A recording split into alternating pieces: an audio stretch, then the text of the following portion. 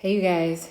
So I'm without my partner in crime today because she does not have a voice, but I wanted to jump on here anyway and talk about why I do this work and why it's so important to me to change the trajectory of health for women, particularly. And so I'm often asked, like, number one, what do you do? And then the moment you tell people what it is that you do, they, go on to make a lot of assumptions about how you got into this sort of work and what you're doing and why you're doing it.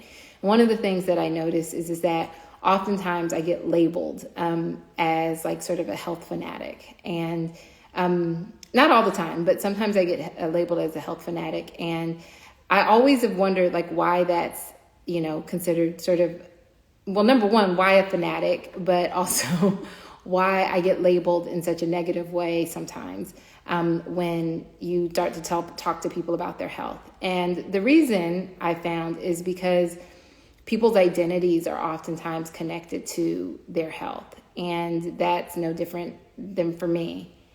Hey, Chatila. Thank you. People's identities are connected to their health. And because health is so connected a lot of times to the way that we live our lives, there can be a lot of shame around that. Or people can feel, self-conscious if they're not eating the way somebody else is eating, or if they don't exercise the way somebody else is exercising.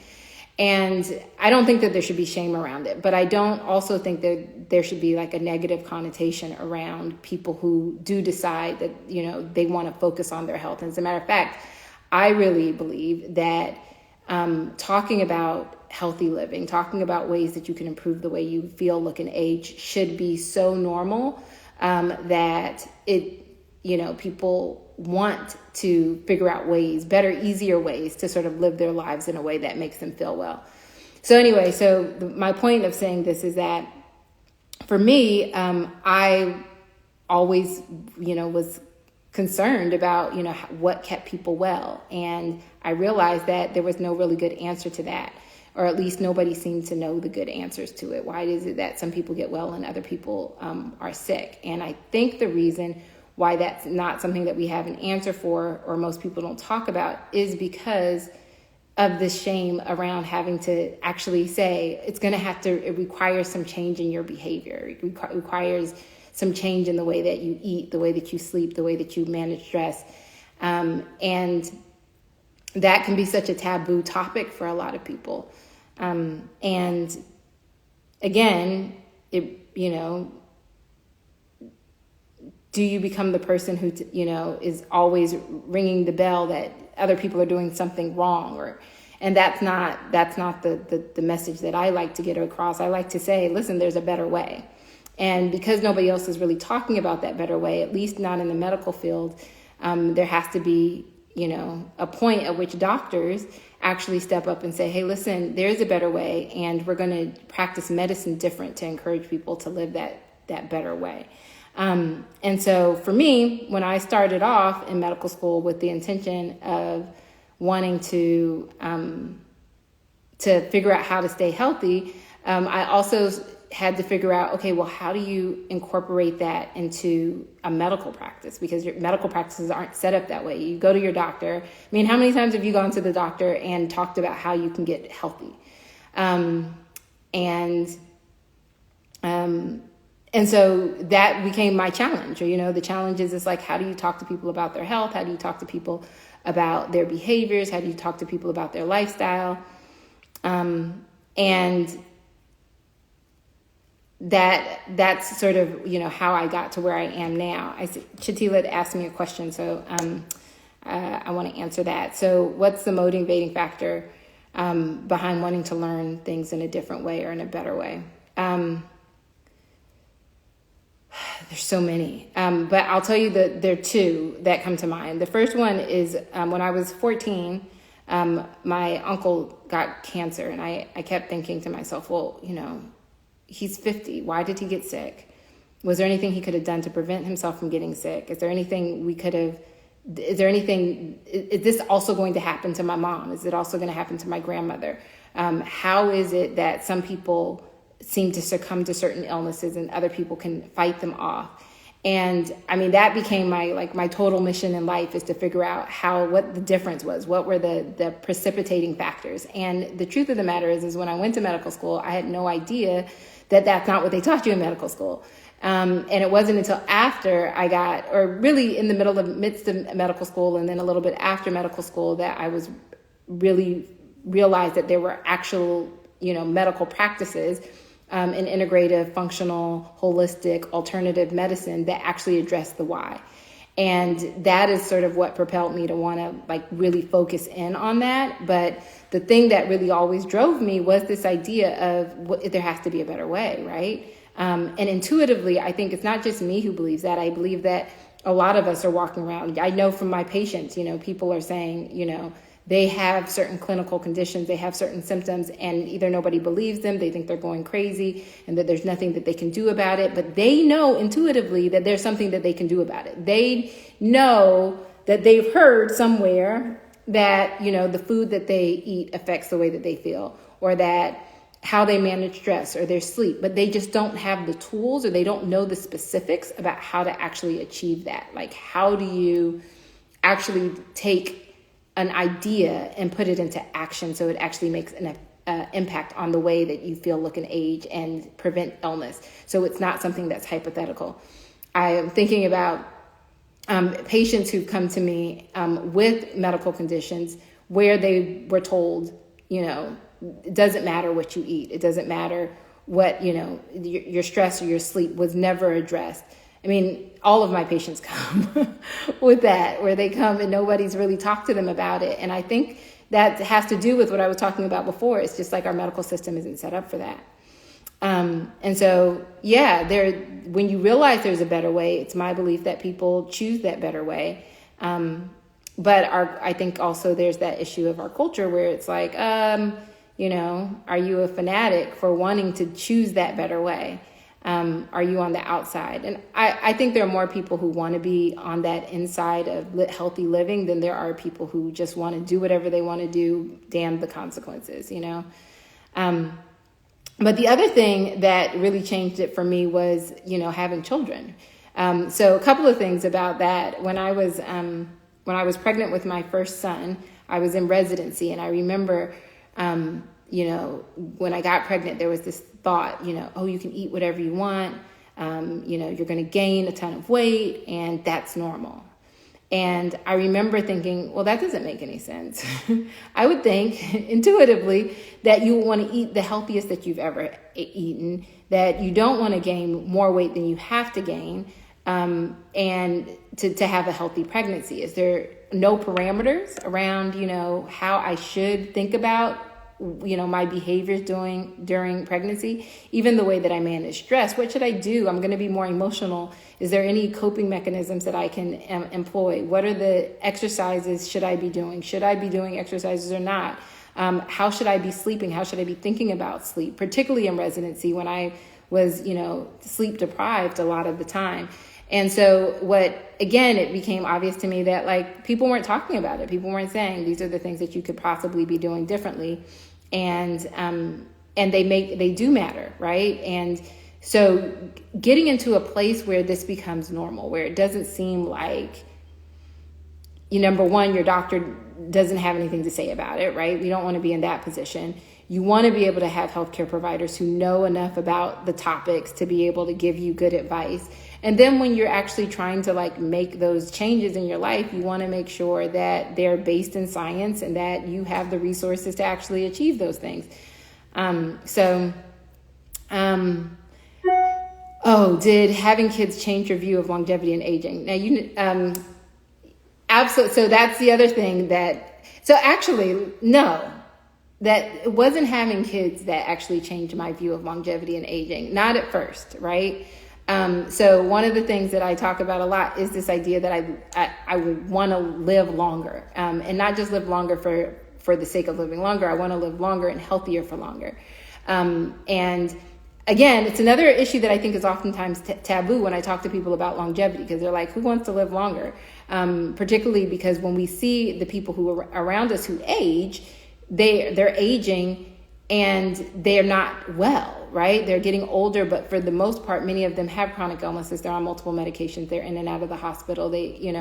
And so when we associate illness with aging, obviously nobody wants to age, right? So the goal here is to live healthier for longer. And so what actually shifted me was this idea is as my kids got older, realizing how the loss of their grandmothers or their grandparents, or what the loss of their grandparents would be on their lives, and thinking, gosh, I want to be able to be here to impart that on my kids. I want to be able to be here when I'm 70, 80, 90, and see my children and my children's children and my children's children's children, to be able to be a part of their lives in a meaningful way, the way that my grandmother was.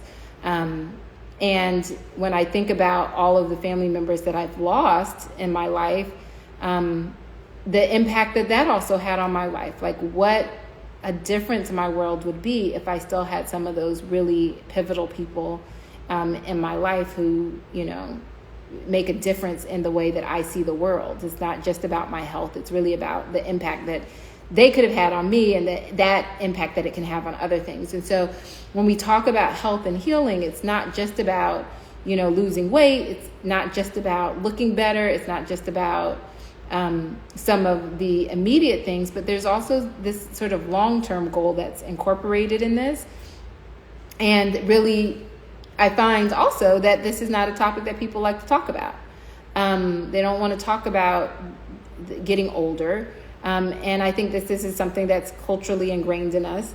And I think that really also brought me to this idea of where I talk about women's health and I talk about hormones, because that's another topic that people don't like to talk about, right? People don't like to talk about, at least I feel, that particularly in medicine, for women, as we go from childhood and go through puberty, and then we go through the stage of reproduction, right? And then we move into the stage of like perimenopause, and then into menopause, and then postmenopause, that we don't really talk about the impact that our hormones have on all of those aspects of our lives. And because nobody's been talking about it, even from a child, it seems odd when we have these symptoms that seem to just crop up for no reason. So depression, anxiety, insomnia, weight gain that's uncontrollable, mood swings, fibroids, fibromyalgia or endometriosis, diabetes, heart disease. So you have all of these things that sort of pop up out of seemingly nowhere, and not really thinking about the impact that, what impact does that have, or what impact does my hormones actually have on the development or the change in the way my body feels. And so women are oftentimes made to feel crazy, right? They're made to feel like their symptoms are outside of the scope of what conventional medicine can do, because oftentimes it's because we haven't studied it as much as we've studied other illnesses or other conditions. And as I said that, it came out wrong, because I don't want to make it seem like women have an illness or a condition for being women. But what I do want to make note of is that when we are studying women and we're studying health, oftentimes we're leaving out the impact that our hormones have on the way that we feel, look, and age. And I'd say that all the time, feel, look, and age, because for me as a 40-some-year-old woman, I think about how do I feel, how do I look, how do I age? And what are the things that impact that? And because I focus on root cause, you can't focus on the root cause of how you feel, look, and age if you're not addressing your hormones. And if you know nothing about your hormones, you have no idea how they impact your health. As I found that most people don't. I found that most doctors don't even know how their hormones impact the way that women feel, look, and age. When we're not even focused on those things, how do you make a difference? How do you change it? How do you even navigate? How do you even validate your experience? How do you even know that what you're going through is not abnormal, or isn't an illness, or isn't a problem? It's just a natural part of aging that can be manipulated if you know how to do it. If you know how food affects you, how sleep affects you, how stress affects you, and how, mental health and all of these factors, these root causes, impact the way you feel, look, and age. How do you address it if you don't even know it, if you don't even acknowledge that it's a problem, or that they're there, that your hormones are there and they're doing stuff? How do you address it if you go to the doctor and your doctor says all your labs are normal and there's no reason why you should be feeling this way. How about you take this next pill to help with your mood? Why don't I just put you on birth control pills? As opposed to actually saying, okay, so what are the things that are in your environment that can affect you? So for me as a doctor, that lack of, transparency, that lack of communication to people is what drives me. It drives me to say, okay, if I didn't know, how could I expect anybody else to know? I literally went all the way through medical school, all the way through residency. And it wasn't until I, started to experience some of these things for myself where I was like, wait, this doesn't make medical sense. It doesn't make, there's something absolutely is happening here. And none of it is covered in my medical school books. And, how do you navigate this transitional part of life? And then as I started to look back on my experiences with, menstrual cramps, when I look at my younger generations and the things that they're going through, that at the time I thought, oh, well, obviously the solution is some sort of pill or it's some sort of surgery. And you start to look back as a physician and you're saying, no, that these are definitely things you could have intervened upon. Definitely things that are affected by the toxins in your environment, your ability to figure out how to get good sleep at night. There's just so many things that it feels disingenuous to act as if, your hormones don't play a role. So I think it's just really important, at least for me, the thing that I think about now that I'm in the position that I'm in and I'm doing the work that I'm doing is just how many women that have the same story, right? They feel that, for their entire life, they were able to function at a very high level. They were able to get through school. They were able to have children or have a spouse or achieve great things. And then something happens where they're not exactly sure what's going on, that their energy levels are lower. They're gaining extra weight in places that, they normally wouldn't have, despite not changing the way that they're eating, not changing the way that they're moving, that they're being able to sleep less, that health conditions are starting to pop up, that there's a lot of anxiety for a lot of women at a certain part of their life where they're looking at their mother and their grandmothers and their grandfathers and their fathers and saying, okay, they have diabetes, high blood pressure, obesity, heart disease. Are these things destined for me? So there's this big concern about where the trajectory of your life is going. And then all of this is happening at the same time that your kids are getting older, or your job is peaking, or your parents are getting older and you're taking care of. It's like this onslaught of things. And nobody ever talks about, what's also happening? Your hormones are dropping. And what impact that has, and what should you do about it? And so when I hear those stories over and over and over again, you start to think, oh, this is a theme. This isn't just me. It is the number. I haven't met a woman who is in their late 30s, early 40s, 50s, who has not had a similar story. If you have not had a similar story, let me know in the comments. Let me know how you did it. And really, that's not even the good question, because not everybody's going to respond the same way. There are some people who are going to go completely through their 30s, 40s, 50s, and 60s and not ever experience anything that I've just described. And those are the lucky few, right? I promise you, it's not a lot of us. I hear more of the stories of the women who describe the story I just told you. And so knowing that people are, going through this experience and not being validated, not being told that this is something that is happening to not just you, but everybody else, and not being said that, hey, there's something that you can do. Your lifestyle actually impacts the way you feel. There are things that may need to shift at different stages of your life. Like the things that you do when you're in your teens are not going to be the same things that you do when you're in your 20s. They're not same things that work for you in your 20s aren't going to work for you in your 30s or in your 40s or in your 50s. And it's okay that these things that you need to do for yourself are going to change. And that there are certain impacts, things that you do that impact your health and your longevity. So not just the way you feel, look, and age, but also whether or not you develop a chronic illness, your ability to prevent certain diseases like cancer, autoimmune conditions, metabolic conditions like diabetes or heart disease. If we're not talking about that, how do you intervene? So anywho, my goal today was sort of to talk about why I do the work that I do, how I got here, some of the challenges in that process of wanting to talk about health in a way that feels inclusive, that doesn't feel ostracizing, that really brings to the forefront that there is something you can do to change the way your health trajectory that has nothing to do with your genetics, that you have more power in controlling how you feel, look, and age than you may have been previously told or what you previously believed. And then, the next question is, what do you want to do about it? And for a lot of women, the other thing that I notice is that people want to do something, but they just don't know what. They don't know how. Or they know how and they know what, but they don't have the accountability. And so the thing that I've realized doing this work is that, when I say health is a lifestyle, it's really about how do you help people change their behaviors in such a way that's sustainable. And you do that by creating an environment that is nurturing, that feels, that brings a sense of unity amongst community, so that there isn't that feeling of you being different for wanting to take care of yourself.